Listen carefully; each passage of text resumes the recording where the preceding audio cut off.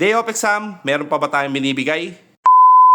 Happy Friday po sa inyo lahat mga bossing. Kamusta po kayong lahat? Meron po nagtatanong sa atin na si bossing ako si Botchok na meron pa daw ba tayong binibigay na gamot before mag-exam ang ating mga alaga. Ang sagot po natin dyan mga bossing ay wala na po. Sa aking pamamaraan po ay hindi na po talaga ako nagbibigay ng kahit ano bukod sa water intake na lang at sa pagkain nila na nakasanayan na. Dahilan po at experience ko ay baliwala na din po kasing talab yun. Dahil ang binibigay natin na supplements ay para sa akin po ay 3 araw o 2 araw ito bago gumana talaga sa ating mga alaga. Yung sa day of exam po ay maaaring pag pinainom pa natin ay mag-cause pa ng pagiging off ng ating mga alaga.